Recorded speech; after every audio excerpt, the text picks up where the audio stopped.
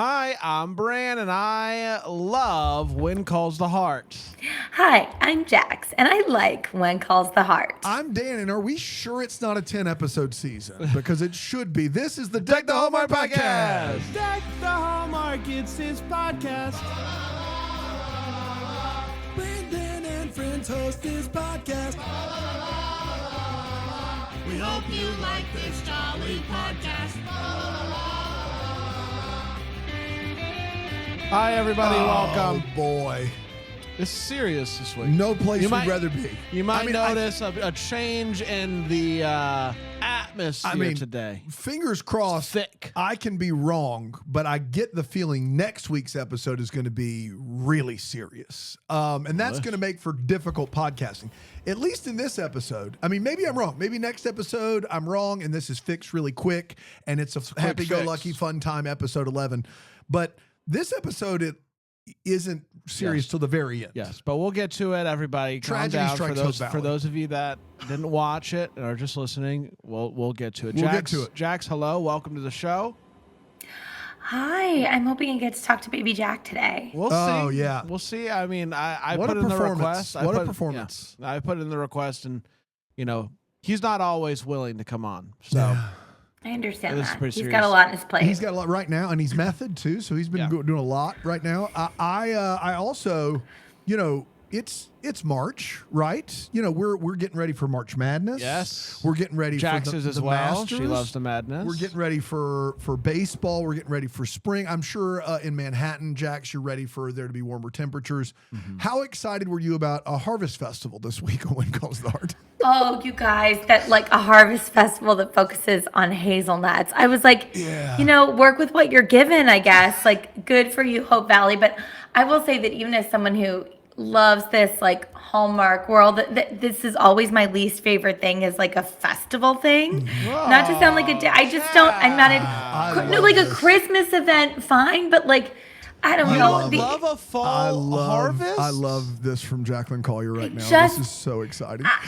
It's okay. Jax, like, as it's somebody sure. who was on the Hallmark Channel as a leaf peeper. That's right, you were. Guiding people throughout the town, fall festivals galore. You're over there poo-pooing on the festivals? I mean, if they're going to pay me to leaf peep, I'd do it again in a heartbeat. I got to be honest. You brought that up, and I forgot that you were in, it was at Love, Fall, and Order, I believe, with Aaron Cahill, Trevor Donovan. Yeah, which is now changed to the title on IMDb is something like ridiculous, like about lunch or something. It's ridiculous, I'll look it up. unlike Love, Fall, and Order. And you and Shaw are in there as leaf peepers and as comedic relief. And I got to be honest, ahead of its time. What you guys did in that movie, I think would have really crushed in like 2023 Hallmark or 20. You know what I mean? Like, Yeah. I think if Thank you for that. But I'm I not, was I'm not ahead of doing my a bit. time. I'm not doing a bit. If you had gotten to do that bit in like the last 2 years, I bet you'd have gotten a lot more work on Hallmark. Well, I think it would have been nice if we would have been the exec who put us in the movie, Mary Beth Sprouse, who's since left the network. Shout out. Good for you, girl. She's doing great. She's like leading up a whole team at Sony, but Sony baloney. Sony baloney. know what But I mean? I would have loved to have been like a runner in all the different movies. Like, throw these two, Oh yeah, it would have been a fun they could bit. have done that. And that's something that you Why guys were- could have easily done in new Hallmark. Also, you know what they could have done? They could have done where there was like a rivalry between us and you guys Oh, yeah. in a movie. Oh, Like that'd be people would have great. eaten that up. Like that would have been really funny. Would have been really funny. I mean, and the Yeah. ship has sailed on that, I think, but that's unfortunate because I think that would have been. But like at that time, that was a weird time. We were on Home and Family that year, the year that you guys. You were guys on. were on Home and Family that year. Yeah, and like you were fully on Home and Family. You were in a Hallmark movie, and we were on Home and Family Man. with Kim Matheson, just on the lot over there, just in our Hallmark sweaters. Yep. It was a weird time. But there was an opportunity missed, I think. They were trying to figure out what to do with all of us, and then Yeah. they just decided, I guess we'll let them do their own thing over there. Yeah. enough time has passed, so Yes. I'll share the story. I emailed the people at Home and Family. I was like, "Hey, we'd love to come on Home and Family at some point. Don't know if it would make sense." And they're like, "No, doesn't make sense." And so I just went to the top. and I said, "Hey, Bill." He literally emailed Bill Abbott. Was like, "What do you guys?" Hey, Bill, I think they're saying no to Home and Family. What do you got to say about that? And so the CEO of the network said, "Oh, no, sir." And he went and he made us go on Home and Family. He emailed us in with the email to the Home and Family people. Right. Like It's like when your mom says no, or probably, and then you go to the other parents and you're like, "Hey." In retrospect, I can't believe they didn't hate us. They were were so nice. Still to this day, the best. And we've been on some great sets of shows like that. And like the people at Good Morning America, the people at Kelly Clarkson, amazing. But the nicest, most intentional set we've been on was Home and Family. And that was after we basically went over their heads. Now that you say that. Yeah. I mean, honestly, I think and like I have no way of knowing this for sure, but just with like my armchair psychology of knowing some of them and how it works, they are so sweet. And they were probably like, "Oh, Bill would hate this." And then when Bill said do it, they were like, "Cool." Yeah, you know what I mean? probably. They were probably like, "Oh, okay, great." And I love that you went to Bill. Guys, honestly, if Bill was still there, all of us would be, we'd be like just doing what we wanted. Whatever we wanted. But the network would be worse for it. We would be doing whatever we wanted, and it would be better for us. It would be worse for everyone else, though. That's right. So it's fine. It all is as it I can't should disagree be. with that. It all is as it should be. Yeah. I'm still seeing Love, Fall in Order on IMDb, so I don't know what you saw. Oh, really? One time they changed this to seeing something. Jax's lunch is what I'm Yes, saying. it's called Jack's- Jax Goes to Lunch. What's that? They changed it briefly. Okay. We interviewed Erin Cahill last year. We talked about the name change with her. Oh, that sounds familiar. Okay. So did they just get it fixed? I think it was just like a Canada or a different country release. I don't even see it on the alternate titles anymore, so Yeah, they it must was have really something hated about it. lunch. It was something about lunch. It was something about lunch. Thank you, Aaron, for backing me up. Sometimes you gotta go eat lunch. That's what the name of the movie. Let's talk When Calls the Heart, season 12, episode 10. It's called. Jack. It's called. No, it's not that. Try better next time. It's called. Jax, what do you think? What do I think this one is called? It beats me. Ooh, no, it's Through the Valley. Through the Valley. Oh, I see Hopes what they're and doing. Valleys. There we go. Yeah, You see what they did? It originally aired on March 9th, 2025. It went a little something like this. We've got some class project presentations going on, and Baby Jack is sleeping through class. Oh, buddy. So he's probably dying. She lets them loose outside, and Nathan comes by for lunch and tells her that he has been promoted to head constable. Oh. Something we knew that he wasn't and now know that he is. Edie comes to talk to Lucas. He's being sued for his executive order, and she's trying to get out from underneath the thumb of McGinty. Bill is... Peaches. Bill is surprised to see his old pal Georgie is back in town, but he's not upset about it, I'll tell you that much. Elizabeth is helping student Emily come up with an idea for her project. She doesn't have any ideas. She just kind of likes being in the nut business. So they go over to Gowan, and she's like, can you think of any projects that she could maybe do, like based on her love of the hazelnut business? And Gowan's like, Emily's brilliant. She figured out something to do with sawdust. So maybe you could do something with sawdust. So good project idea after all. Frickum and May decide that they're going to throw a harvest festival, as May's family used to do every year. Nathan and Lucas go to talk to McGinty after his little dirty contract that's screwing Farmer and Edie out of their land. McGinty is like, first of all, I'd like a restraining order against you, Governor. And Edie, I'd also like a restraining order there. Also, I'd like, Constable Grant, I'd like for your daughter to pay a $25 trespassing fee. This makes Nathan very mad.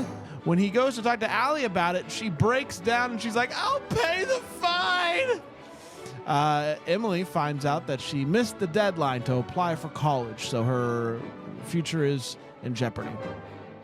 Bill and Georgie go to question the dumb Garrison guy that got arrested, who gives them some valuable information, all of which Dan will tell you about now.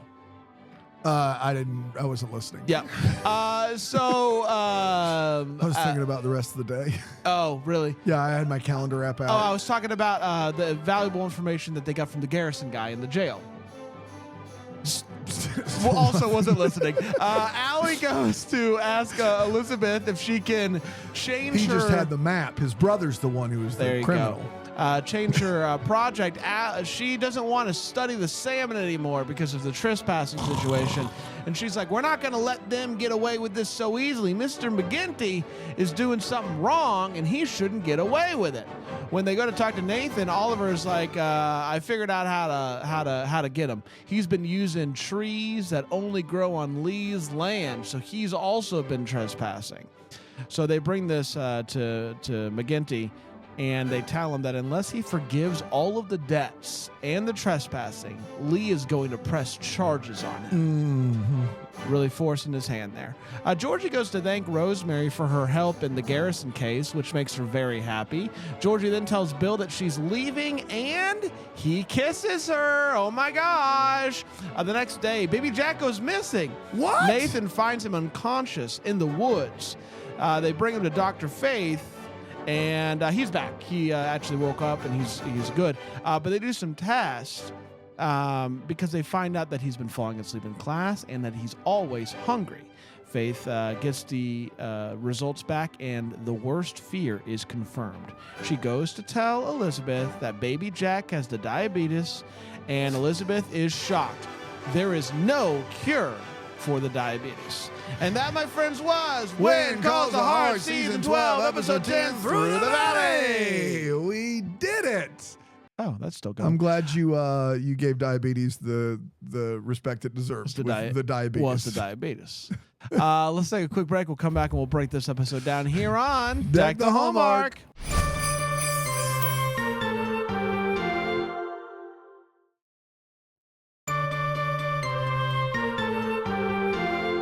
Welcome back, everybody. We're talking about When Calls the Heart, Season 12, Episode 10, Through the Valley. Some serious stuff happened at the end of this episode, so we got to talk about that. Of course, we're going to break this episode down. We're going to share our thoughts with the hot take. Jax, Episode 10, what'd you think? Yeah. So before I dive into it, Dan, I just want to say, Brian, first of all, I'm sorry for the lack of respect that Dan and I had while you're working your tail off saying this summary, because Dan, I was also going through my planner for the week, and I was like, are we both going through our calendars right now? I mean, and you there are times in Deck the Hallmark when I am very locked into the synopsis because, one, I'm interested to see how he says certain things, and also sometimes usually me here too for a bit. But I couldn't. It's just part of the hot take. But I just couldn't be over this episode more. So go ahead. It's so funny. I've actually never done that before. That's why the fact that you were doing it and that I was fully in my paper planner. But Bran, it's not a reflection on you. It is, however. I'm used to being the only one that works around here. No one wants to work anymore. Yeah. It's not a reflection on you. It is, however, a reflection on this episode. Let me start with the good. Melissa Gilbert is back, baby. Yeah. They kiss. I love it. She's awesome. We're still doing project-based learning. That is what that is. I was a little bit confused and intrigued how this McGinty man can actually file a restraining order, like what's going on there. The togetherness meal of it all with Mike and May is cute and adorable, but I can't get out of my head what Dan said last week, or maybe it was you, Bran, or just the general consensus. Like, Hickam can be quirky, but why, like, we're making a buffoon out of him, and why are we doing that? Like, they're both very attractive, capable people, and now we're just kind of, they're not living up to their full potential. Torts are tarts, you know what I'm saying? Yep. And, Ollie coming in to save the day, that was exciting. But yeah, look, you guys, like, there were some episodes this season that have really excited me. Genuinely, I love the play. I love the 20s and the dancing in the town. The 20s and the dancing. Oh, it's such a good episode. Yes, I love a role play. Like, I care less if a lot's happening, more just like, are the characters interacting and having fun? Sure. But this one felt a little bit like a slump for me. And then at the end, like, of course, I'm worried about little Jack. I mean, we'll get to some of this in the wait what, but this one was a little bit of a swing and a miss for me. It didn't do a lot. I do have a feeling though that, I mean, it's setting us up for an episode 11 that I'm intrigued to watch because, this is going to be really difficult but interesting to see how this community deals with this. And I love Erin Krakow, and she's going to get to really like flex her acting chops. Listen, agree to disagree, Jax. This episode was en fuego. Are you serious? Lots of big stuff happening in this episode. Brand, Melissa Gilbert is back, baby. He's back, baby. Which we love to see. And Bill kisses her. Have we ever seen Bill kiss anybody before? Yeah, Jax? I'm sure we have. In private or on? I was alluding to the screen, but now I'm interested. Didn't somebody who's like an outlaw come into town who he's an actor who's in a bunch of other movies with? I'm pretty sure he kissed her in this show. Jodie Bissett. Yeah, maybe I'm wrong, but I'm pretty sure he kisses Jodie Bissett in this show. Yeah, he kisses Jodie Bissett a lot. Go ahead, Bram. It lives rent-free in my head. Sure, I bet it does. Harvest Festival. Who doesn't love a Harvest Festival? I can't wait for next week's Christmas You should be episode. embarrassed of It's yourself. gonna smash. And listen, we get a lot of hazelnut. We were wondering what happened with the hazelnut business. It's actually thriving, and we got to see a little bit of Gowan, which is always good. And Baby Jack, what a performance! What a marvel! What a plot development that we have here that is almost timely, and we love to see it. What an episode. What an episode of television. I can't wait to see what happens next. Dan? If you think anything that I say is mean, that is meaner than whatever I do. I'm just letting you know right now. On the mean scale, don't get mad at me. This episode sucks. If you thought that there was an overarching plot to this season of When Calls the Heart, this episode would prove you completely wrong, because I can tell you we've done this. This Jack thing is not a new thing. I think it was Lee that was unconscious. I don't remember why. Maybe he fell under some lumber. I don't know. But like, we've had people in the hospital and they become conscious and fine again within an episode every time. This is happening so that next episode people can give a dramatic turn, and then the following episode everything will be back to normal, and Nathan can propose to Elizabeth. This season had nothing. It gave us nothing. Salmon, McGinty, a cold case, roaring. There was no through line. Hazelnuts. There's no through line here, and it's going to be Jack gets better, even though diabetes in 1921 was almost like assuredly a death knell. And if you got the experimental treatment, which wasn't death nail. No, it isn't. Which wasn't given to a human being until 1922. So they have to wait a year. Even if you got that insulin, it would have been an everyday injection, and it would have extended.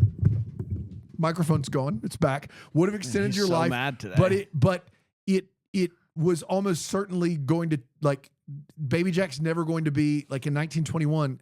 This is not nearly the everything's fine that they're going to make it next episode. I'm positive of it.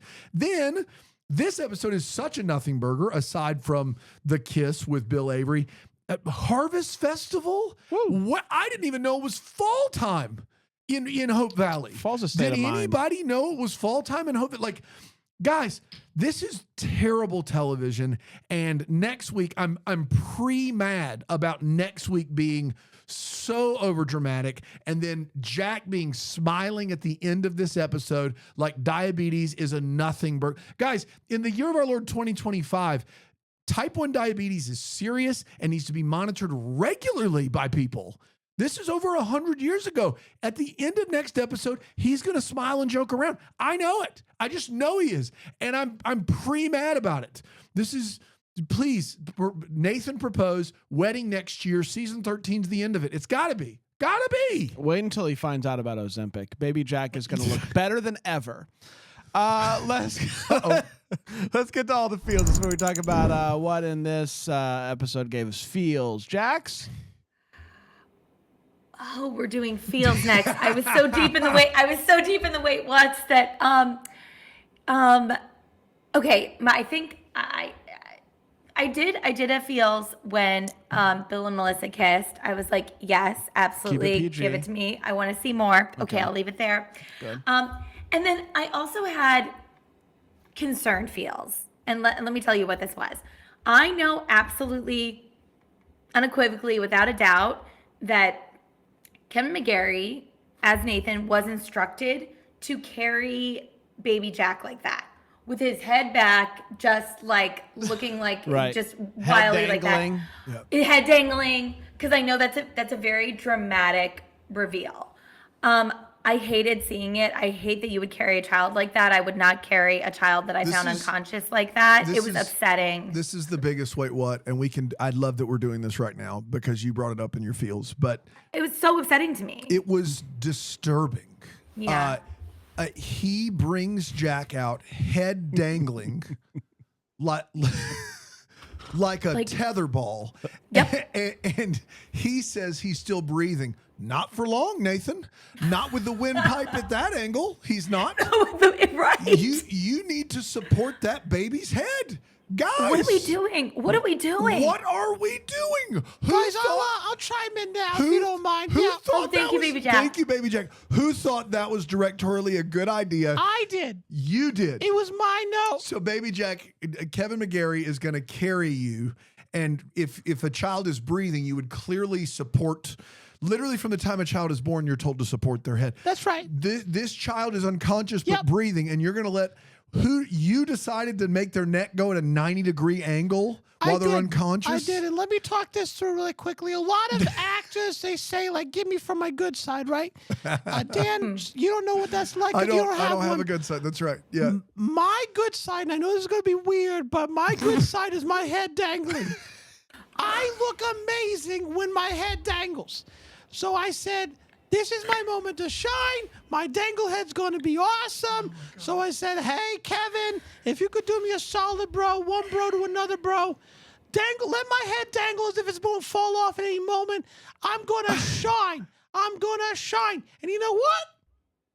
Stand by it. Okay. I looked great. There's a lot to unpack there, Baby Jack, and I'm not sure how much we can say, but I have to ask this one question, Sure. and it may have to be edited out. How did you figure out that your best angle was head dangling? I can't get into that, but I'll say this. No, you know what? I can't get into it. When I auditioned for the Meg, you remember the Meg movie? The Meg? Yeah. With the shark movie? Yeah, you remember when the shark was killing people? I do, yes. Okay, so I auditioned for... How old were you when the Meg came out? That was 7 years ago. Yeah, I was 27.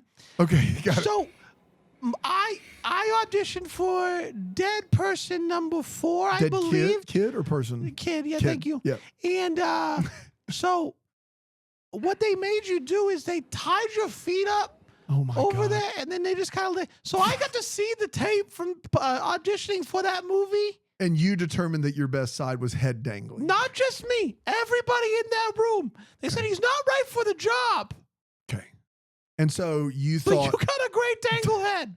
so you thought playing a child in Hope Valley Why didn't get the part, that the Dan? Mountie, this is different, child in Hope Valley, you did Right. get that part. The Mountie would not know how to support your head in this scene. Yeah. Okay, great. Baby Jack, can I ask one more Hi, follow-up? Jax, Yeah, love you. would love that. I love you so much. I'm so glad you're here. I asked Brand if you were going to be here today. First of all, I want to let you know that you did a great job, and this is no reflection on you. Oh, I'm I just know, curious. girl. I know. Confident too. Did the director have you do any other takes where your head wasn't dangling, or No, I did you? I directed this one. You did. Yeah. Okay, it's all making sense. So, I love how in the Baby edit, Jack's the not team didn't throwing have any anybody other. else under the bus. He's just throwing himself. I just directed himself. this episode. Crazy, man. Okay, so in the edit, the team didn't have any other options other than this one. I wouldn't give Okay. it to him. No, That sir. I will say this. This is the only way this makes sense. Yeah. Jax, I appreciate you bringing this up in your feels because I do too, had, thank you. I had other wait whats, and I knew I was going to end up camping out on the fact that the Mountie of Hope Valley is basically constricting the windpipe of a child unconscious, and I'm thrilled that you got to it in your feels. so that we could go ahead and unpack it and give it the time that it deserves. We really needed to, because I felt so deeply and so much, and was so much like, wait, what's happening here? And even look, obviously he's fine, but even as someone who like works with kids, like I was like, wait, even filming this looks like it probably didn't feel great. There were just so many things that I was unpacking. Like it didn't make sense story-wise, and it didn't make sense. Jax, au contraire. It felt awesome because I knew I was putting on a show for the people. Okay. Oh, But, Baby Jack, you did a good job. I'm going to ignore Baby Jack entirely. The only way this makes used to sense, that. Jax, is that if we're supposed to believe that Nathan is carrying in this way because he's dead. Exactly. So Yes. what they do is they show him walking out of the field, cornfield or whatever it is. It's just he walks out and Baby Jack's body is just lifeless. And if they don't say anything there, if they don't say he's still breathing, right? If they don't say something and they cut away or roll the credits, then I guess it works. Yeah. But as soon as Nathan goes, he's still breathing, you're like, are you trying to stop it? Well, yeah, Like- and then it cuts Right, to the next scene, and and- Jack is sitting up in his little bed, just playing with the cars. Like he's fine. He couldn't be better. Well, and honestly, like to your point, Dan, like you're exactly right. But the thing that's even upsetting beyond that is because that's like for drama's sake. Even if and I don't want to go too far into the weeds with this, but like my brain and the things I think about, the things I read, I'm sure you guys have thought about this stuff too. But even if I was cradling a child who had passed away, I would cradle them. Yeah. There's no way I would hold them like this. It was so upsetting.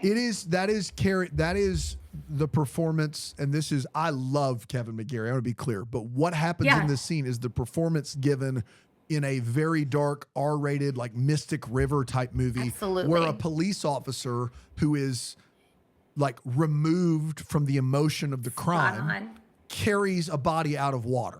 That You're exactly right. That You're is exactly what this right. looks like. It's like the Yep. police officer doesn't personally know this child, but knows that it's someone's baby and is defeated and is just getting the body out. That's what it's brutal. It's a brutal watch to the end of a Wind Calls the Heart episode.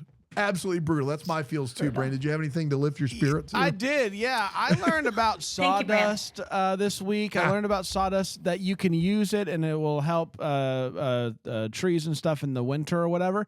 But then when, who was it? Elizabeth said you found out a way not to pollute That's with right. sawdust. We went on a little rabbit trail. We That's learned right. about what can happen if you burn sawdust. So you hear And- everyone in greater South Carolina and North Carolina That's right right. now. That's if you- right. If you want to start fires to burn things, now's not the time Now's to not do the that. time. Really, never is, but now especially. It's not good. It's not good. So I learned that this week, and it's important to never stop learning. We're going to take a quick break. We're going to come back. We're going to get to the Wait What here on Deck the Hallmark.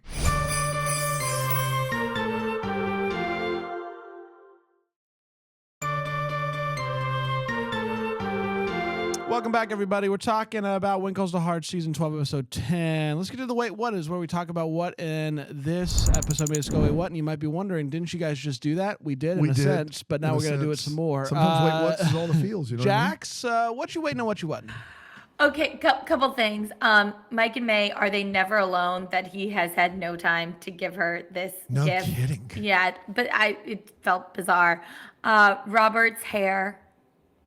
Just I'll leave that one there. Before you move any forward anymore, were you the one that said when Hickam and Macy got back from the honeymoon, your initial thought was they had not consummated the marriage? Was that? Did you say Yes, that? and there were other opinions out there that they actually had, and it wasn't good. And I enjoyed those opinions. I think that your theory still holds true. If you watch them in these scenes, it is two people that seem to be terrified to be alone with each other.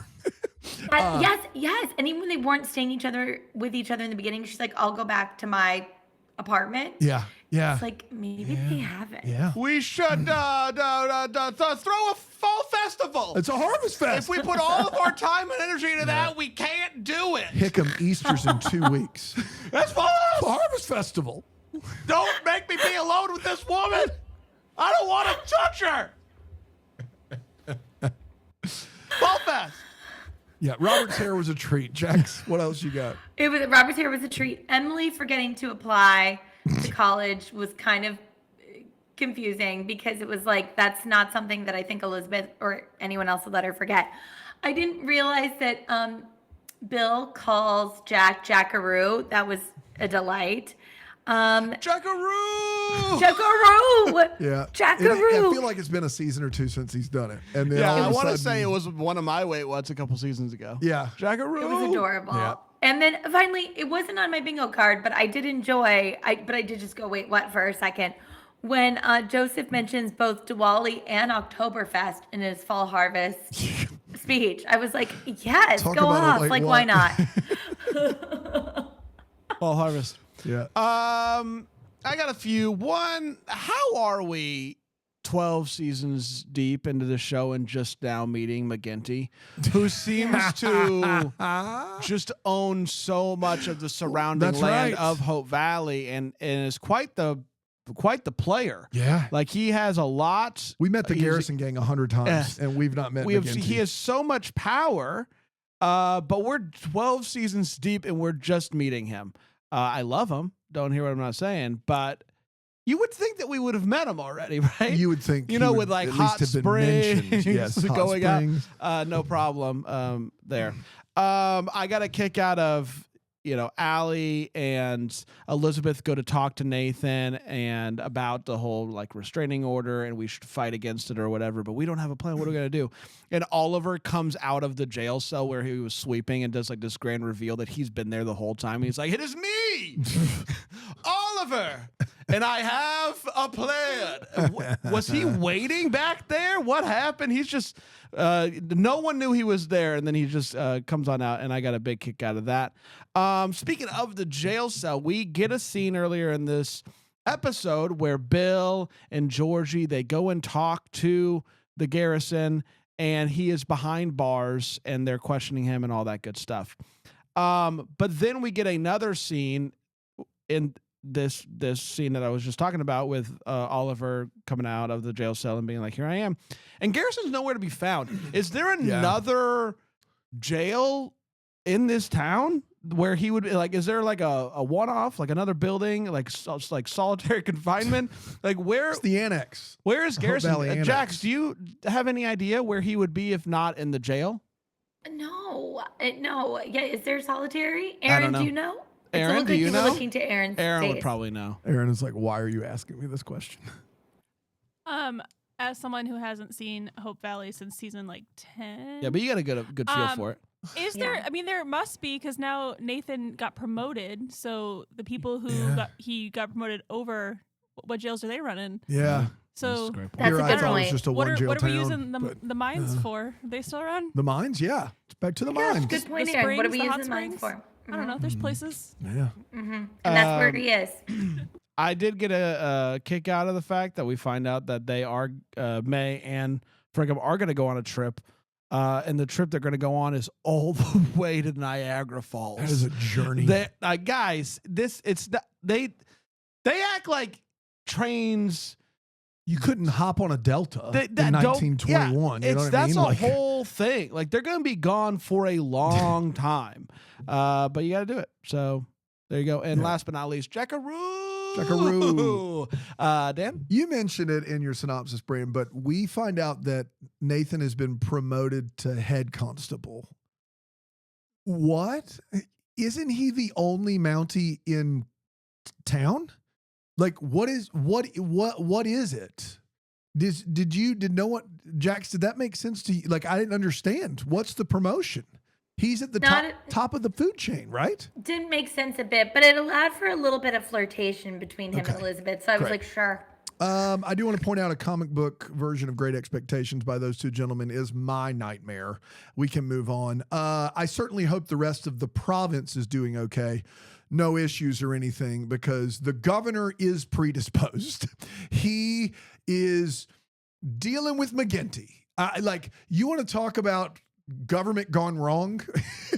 You want to, hey, if you're conservative and still listen to this show and want the government out of your business, may I introduce you into a government that's dealing with a local land dispute between two farmers. That is what's happening right now with Lucas Bichard, and it's crazy. It's a crazy thing. They figure out, I couldn't get over this one for a while. They figure out that they should use hazelnuts for the Harvest Festival, not because there is a hazelnut farm in town with all the hazelnuts they can stomach. They figure it out because all the other nuts are sold out. So they don't go, hey, why don't we use the hazelnuts from Gowan's hazelnut farm? They go, well, this calls for almonds. And down at the Mercantile, Ned's like, we're out of almonds. They're like, well, we got a recipe for walnuts. He's like, believe it or not, we're fresh out of walnuts.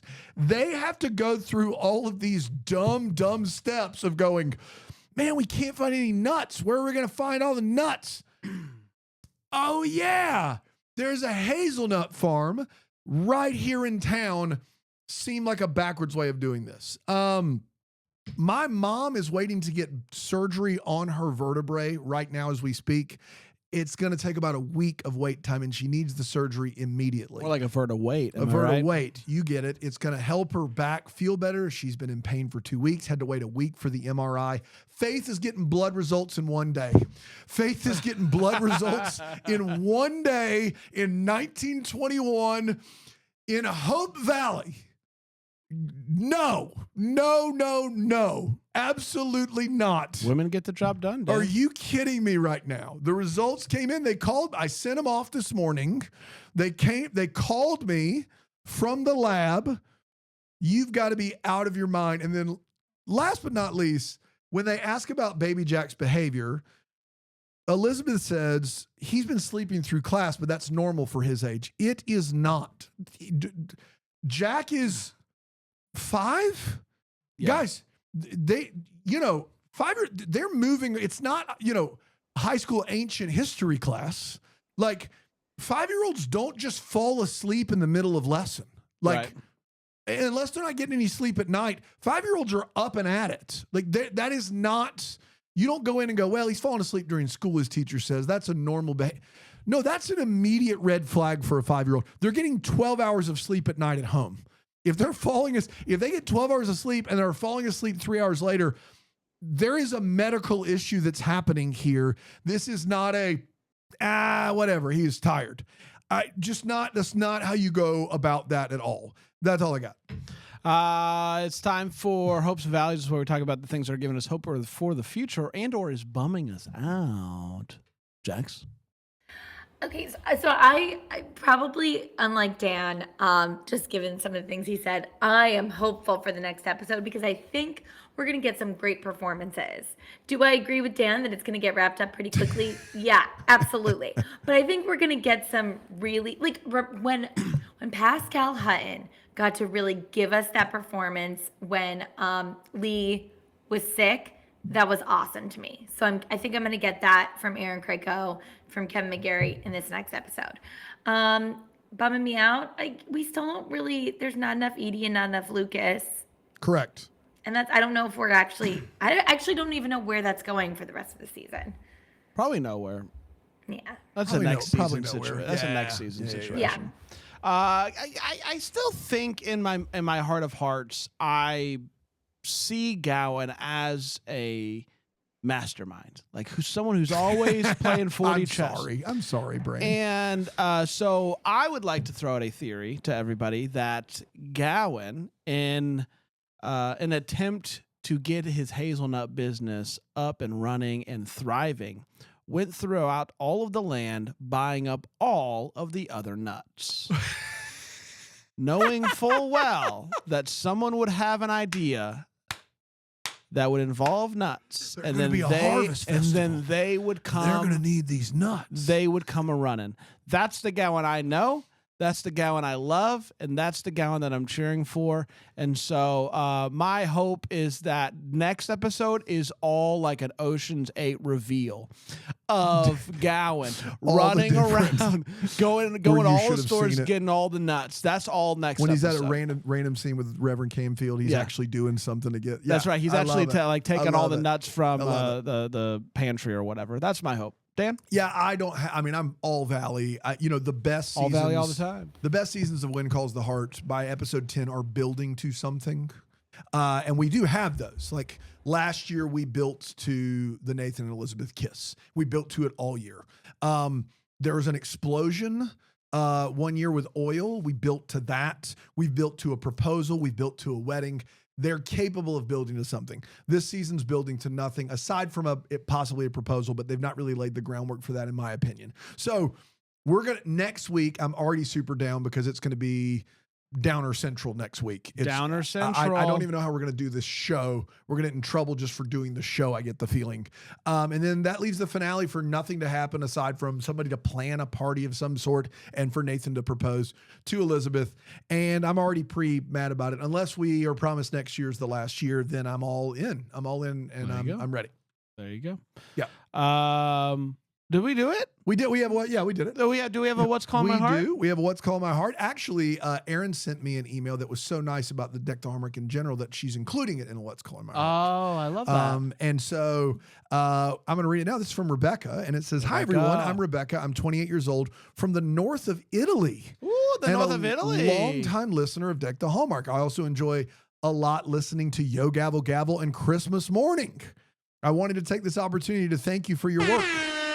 Sorry. Okay, real late I didn't there. need to do that. You can't imagine how much your bits and laughs have brightened many of my not so pleasant days in the past. I discovered you when I was a student. I studied math and physics to become a teacher, and it wasn't always easy. My everyday life consisted of a lot of calculations and even more calculations. So when I took the train from home back to my student home on Sundays, it wasn't always that entertaining.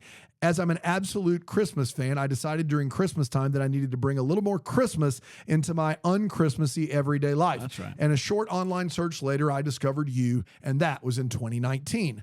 Then you accompanied me through university and then through my beginnings as a high school teacher. Even if you don't know me, your voices are such a part of my everyday life, and I can't even watch most of the Hallmark movies here in Italy. In the week before Christmas in 2023, I was diagnosed with breast cancer. Everything was discovered early, so I was really, really lucky. My surgery was in January of 24. During my time in the hospital, you were my companions.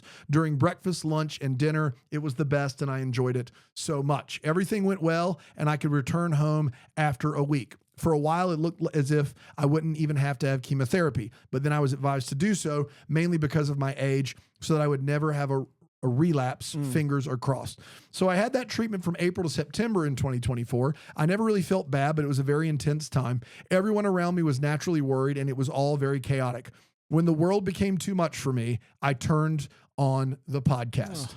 You guys were the same as always, the same mundane plots of the movies, your bits and laughs. That means your plots are mundane. That's what I got from there. It was balm for the soul. This week, I had my first mammogram after treatment, and it turns out all is good. I took this as an opportunity to write you and say thank you. You have helped me get through this last year with good humor and ease. So say hello and thank you to all your co-hosts. And remember when you are doing one of your bits that someone is sitting there in South Tyrol, and laughing heartily at you. Merry Christmas, Rebecca. Are you kidding me right now? Rebecca. That's really beautiful. Oh my gosh. Jax, Rebecca says hi. Yeah.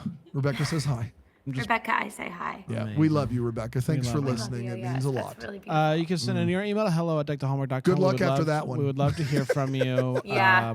The come bar's back sky high. Yeah. Come back next week and find out what happens to Baby Jack, or this could be a 3-episode arc. Could be a 3-ep arc. Yeah, that would be something. If all next week Baby Jack's just unconscious. If Baby Jack is not better by the end of next week, I will admit that was what they were building to. There you go. Until then, maybe the first to wish you a Merry Christmas. Deck the Hallmark's a Bramble Jam podcast is produced by Aaron Shea. For more information on Deck the Hallmark, you can go to deckthehallmark.com. For more information on the Deck the Hallmark family, you can go to bramblejamplus.com. Deck the Hallmark is presented by Philo TV. For a free trial of Philo, go to philo.tv/DTH.